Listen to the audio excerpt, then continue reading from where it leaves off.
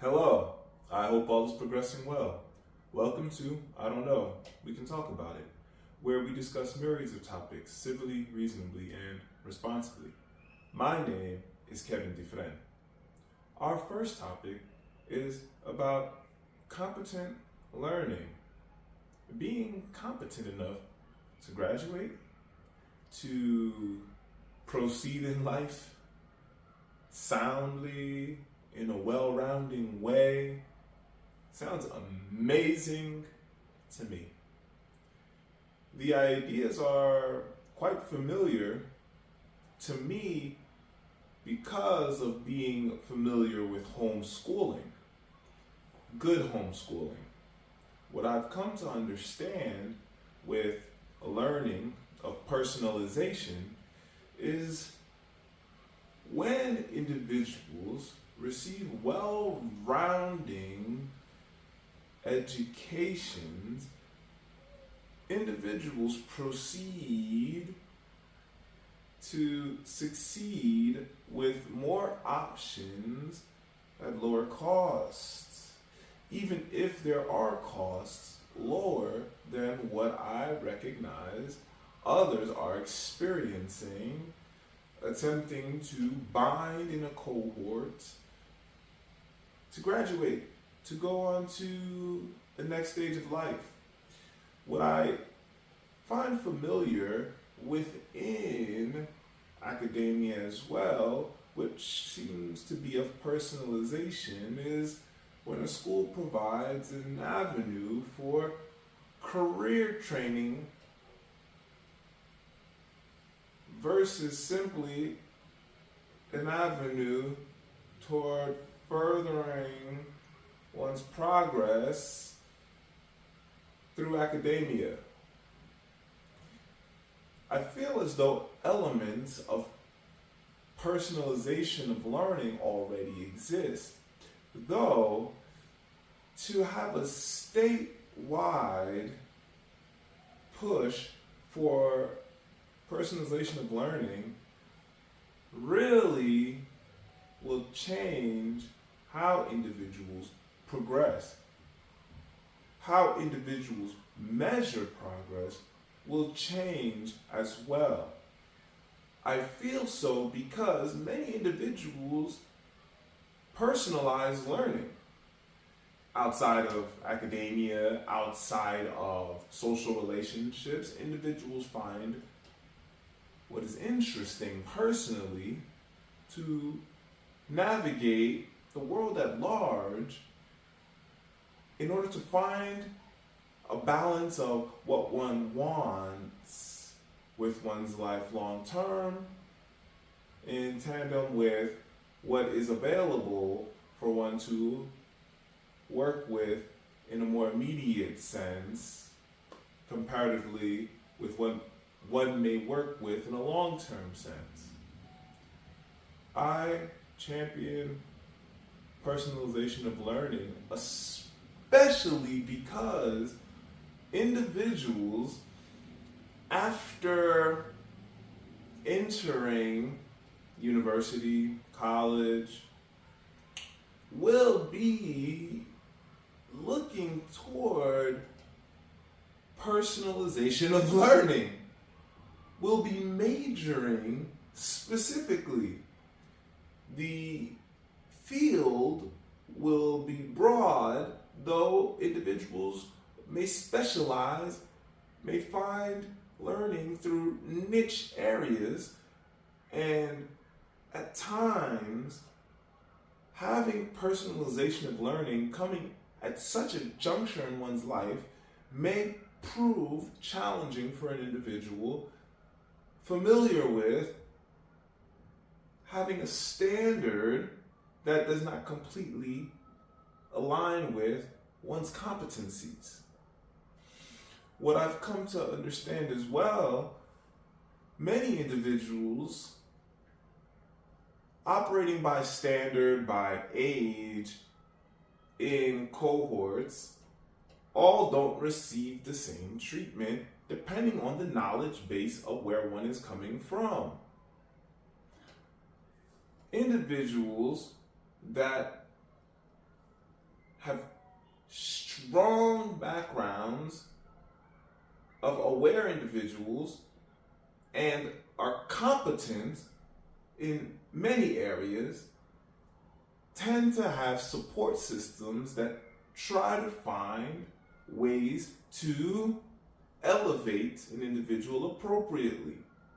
Hence, reason for younger graduates in uni or college, individuals of younger ages in higher grades than what any might consider standard for a particular age. Having competencies be at the forefront of learning, especially in connection with personalization of learning, really helps bridge maturity gaps, not only of academic understandings, though of what one may want to do with one's life. One may have more ground to work with due to having more available capacities to work with. Being competent is quite a good measure. And I feel as though many individuals are ready for personalization of learning, especially considering everyone is different. Everyone's learning capabilities are different. Everyone's learning needs are different. When individuals are in academic settings,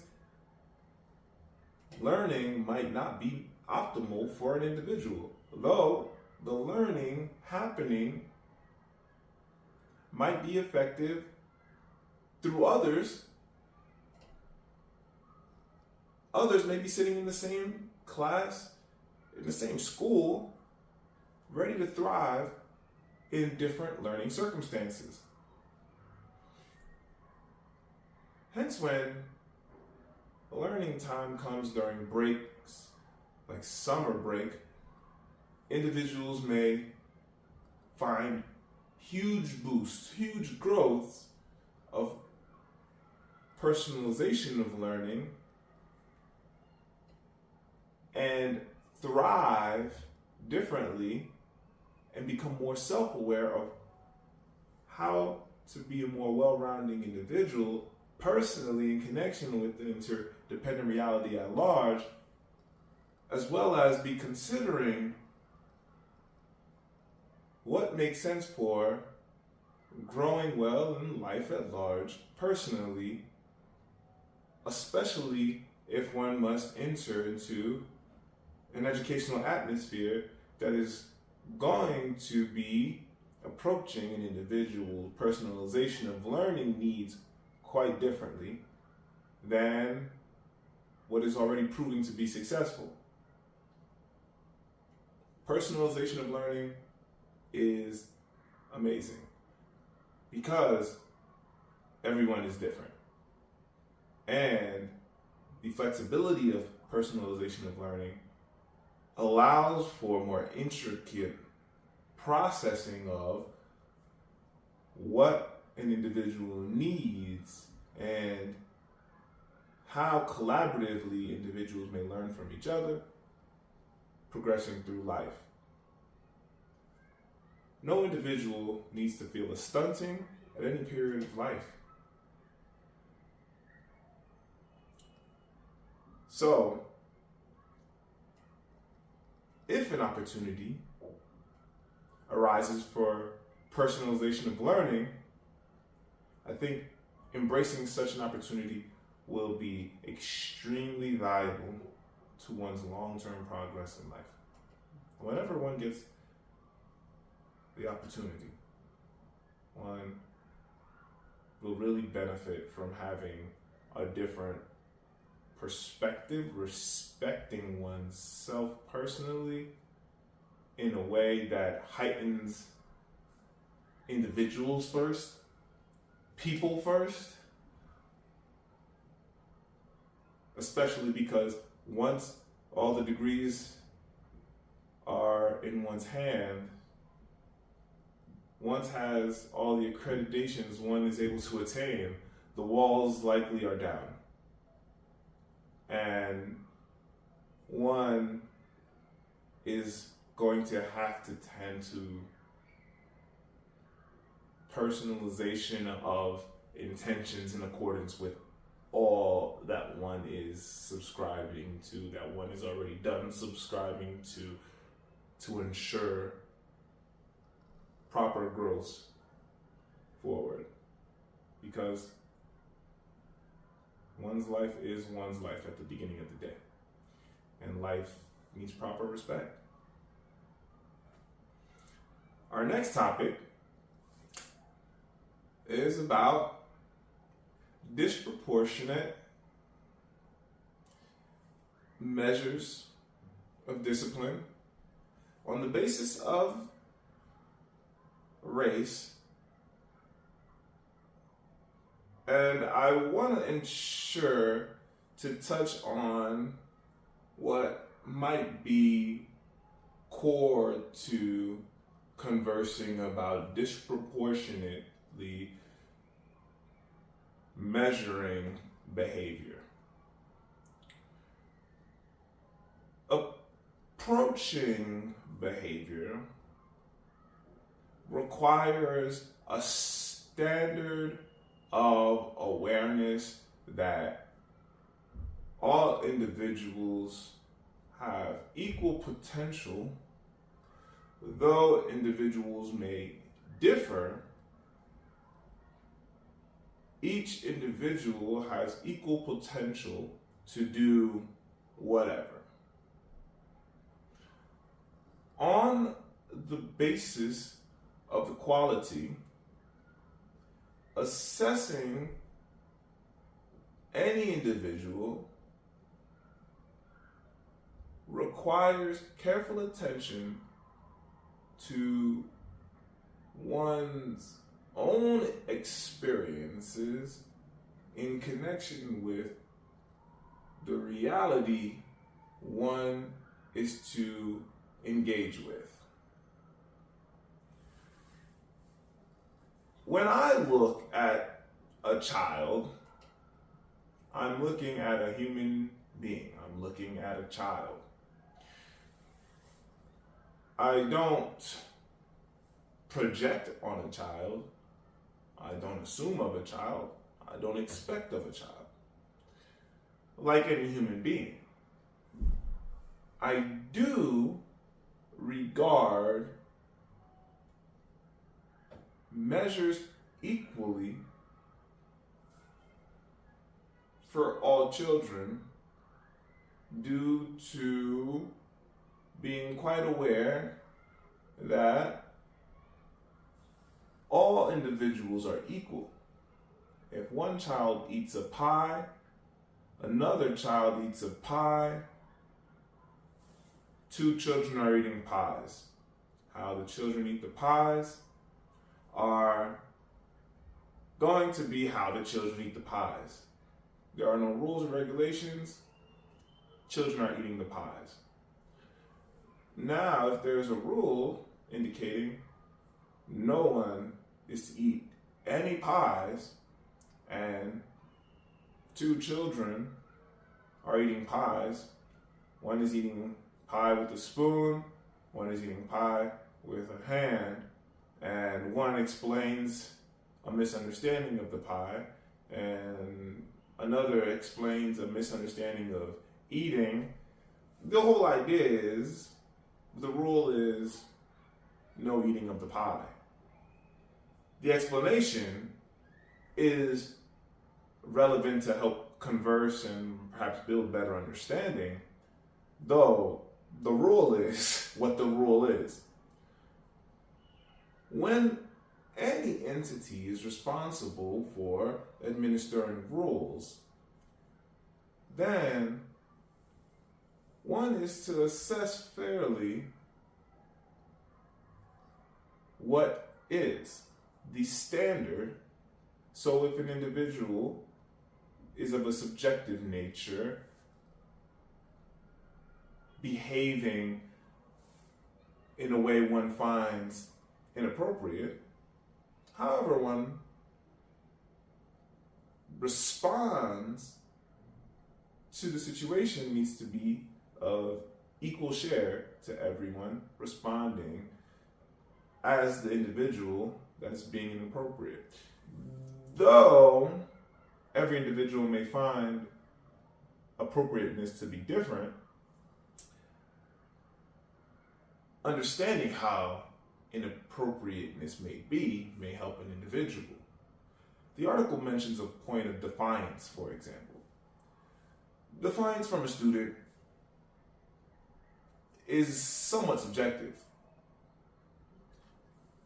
There are individuals that may monitor students and think, okay, one individual is being snarky, whereas another individual might not completely understand what being snarky is, though is behaving in a sarcastic manner. One may be more verbal, one may be more physically visible. The two are operating similarly, though whoever is observing may decide one is approaching behavior differently than the other.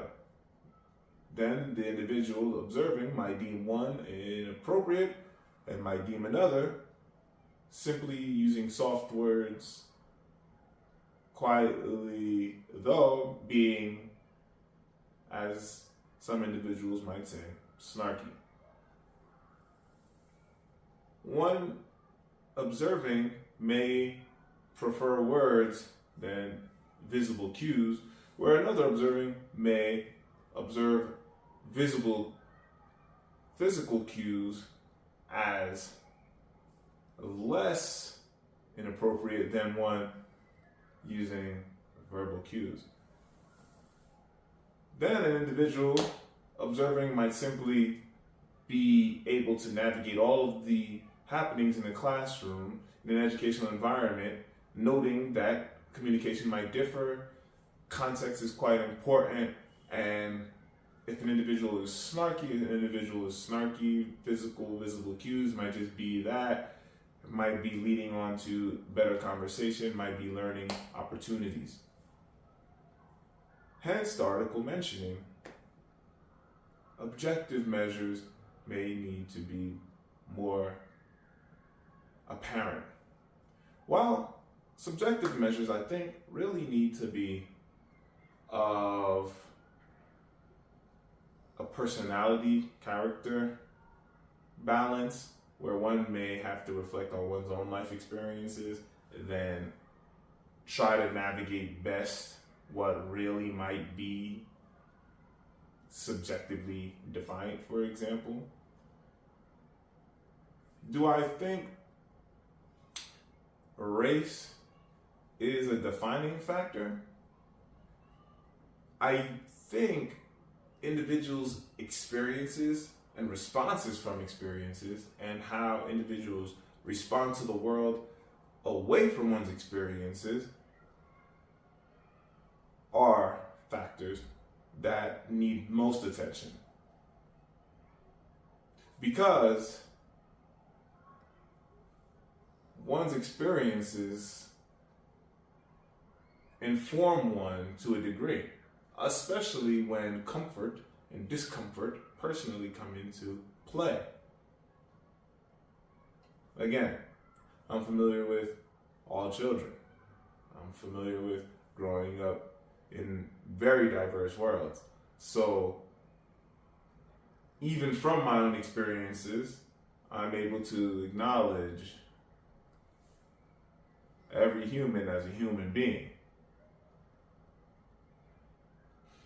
Whereas individuals might be from an experience that may not be as diverse ethnically, though personality-wise, so may be able to note, oh, okay, we're good on this type of behavior because of an understanding of personalities and character. Diversity can be apparent differently and not encroach on one in a way that seems unfair due to one's ethnicity. The other side of the experience of oneself is for an individual that may not have an experience with diversity of personality, character, ethnically. One's experience, if with limitations, probably not even to one's own fault, probably just because one's life's trajectory does not bring one to those experiences, may be what becomes a point of comfort, discomfort, and balance that one is to engage with within any atmosphere, realistically.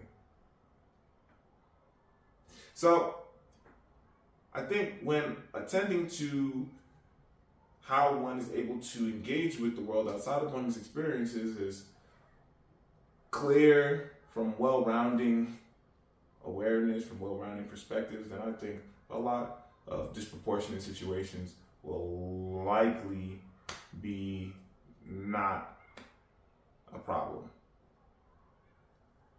And I feel as though the observer is always to be the one to double self-check, possibly triple self-check, quadruple self-check, even practice away from whatever environment one is in to engage with differences in ways that are reasonable and sensible, especially in any environment where one has to deal with a variety of people, diverse personalities, ethnicities, just diversity, however that may be.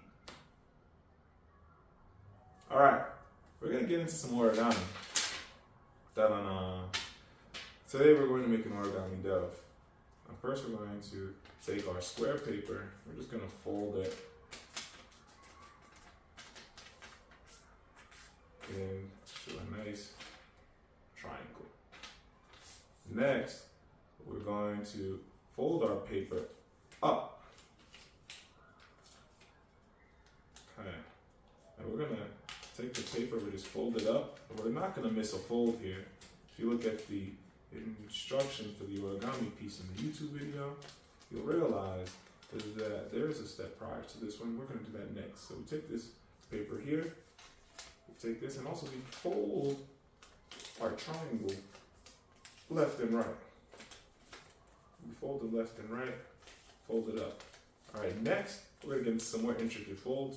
We're gonna fold this top part down for each side. Okay? Then we're gonna take the other side, we're gonna fold this top part down. So now, we take this, boop, boop, boop, and we're going to fold it back up. And the other side as well. Next, we're gonna fold in a point to the center.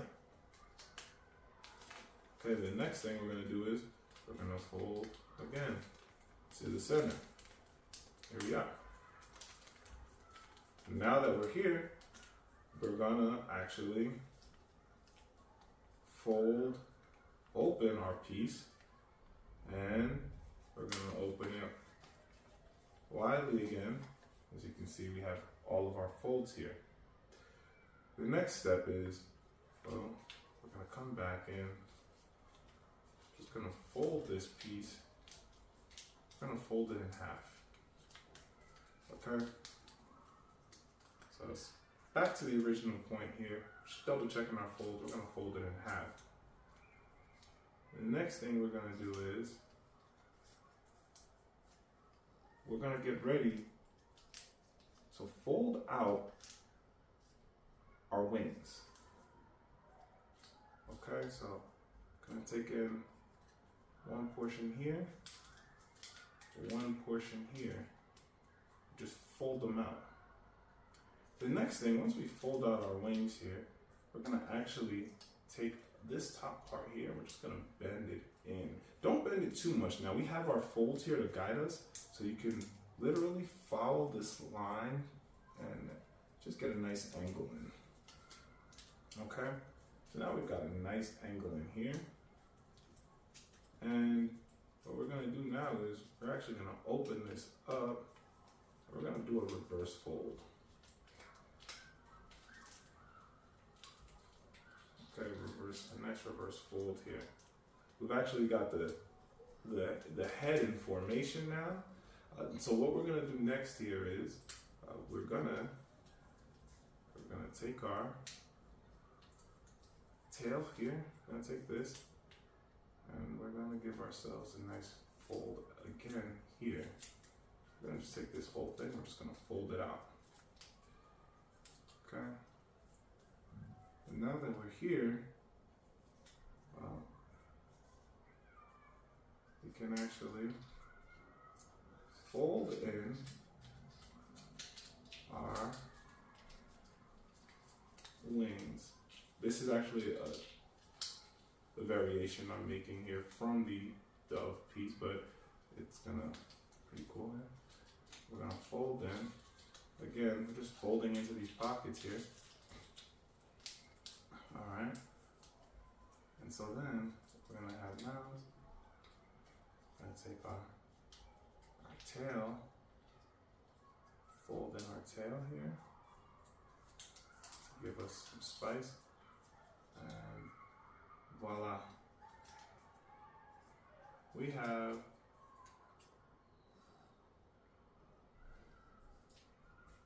a 3D floating dove. I'm making the variation as part of a creative process. I definitely want to try to memorize the folds. Of course, if you want more accurate folding, you'll have to check out the link. Let's see if it'll fly. Look. Woo!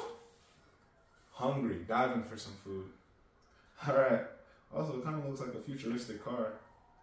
The whole idea of origami is to create something from paper, and a part of folding origami for me is also testing what I can do with the design patterns available, and to work my memory skills, especially going into an origami piece for a first time. So here we have our bird, though we have a midway process of a creation, and maybe a futuristic car of a sort. And if I turn it upside down, hey, might even be able to hold a taco. Look at that. Look at that. You can make a nice little taco and just plop it right down in there. All right.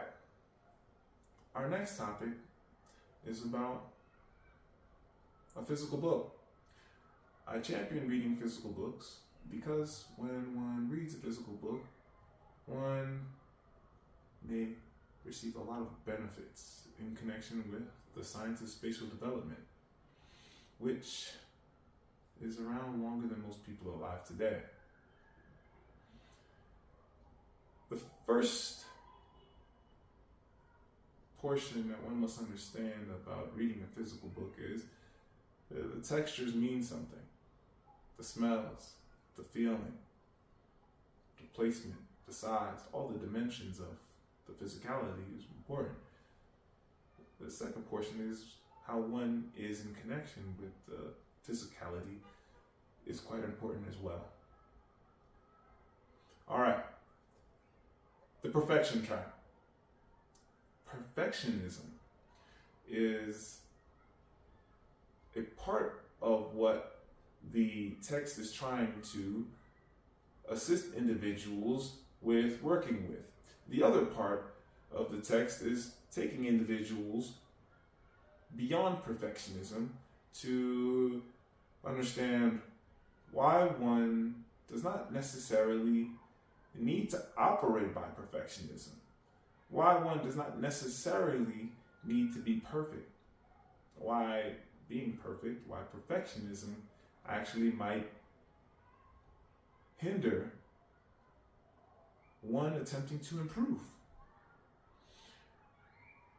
The qualitative and quantitative research is approaching many philosophical, psychological aspects of being that individuals unconsciously, subconsciously subscribe to in relation to perfectionism that individuals may break from so as to live a life that one may appreciate more, that one does not feel as a burden to oneself, that one does not find stressful.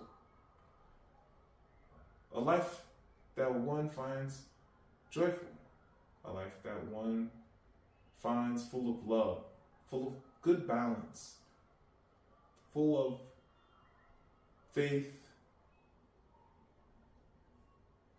full of what is enough, of good. I appreciate the text. I think the text posits concepts at work practically from theoretical perspectives in ways that allow for one to pull away from what might be present in one's life, to pull away from the context of those concepts, how to navigate one's life more mindfully, considering the present in tandem with life long term. And I feel as though no one needs to fight to be perfect, because improving is an ideal way to approach engaging with how to be better and how to make better. Thanks for joining another episode of I Don't Know. We Can Talk About It. Onward and Upward, Kevin Dufresne.